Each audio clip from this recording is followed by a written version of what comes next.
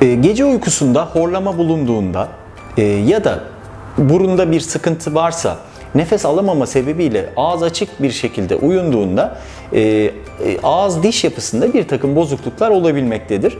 Özellikle erken çocuklukta büyüme ve gelişim dönemi devam ederken çocuk burnundan rahat nefes alamıyorsa, ağzı açık uyuyorsa ya da gece uykusunda horlama gibi bir sıkıntısı varsa özellikle üst çenesinde bir darlık meydana gelebilir ve bu darlığa bağlı olarak kapanış bozukluğu ve diş yamukluğu görülebilir.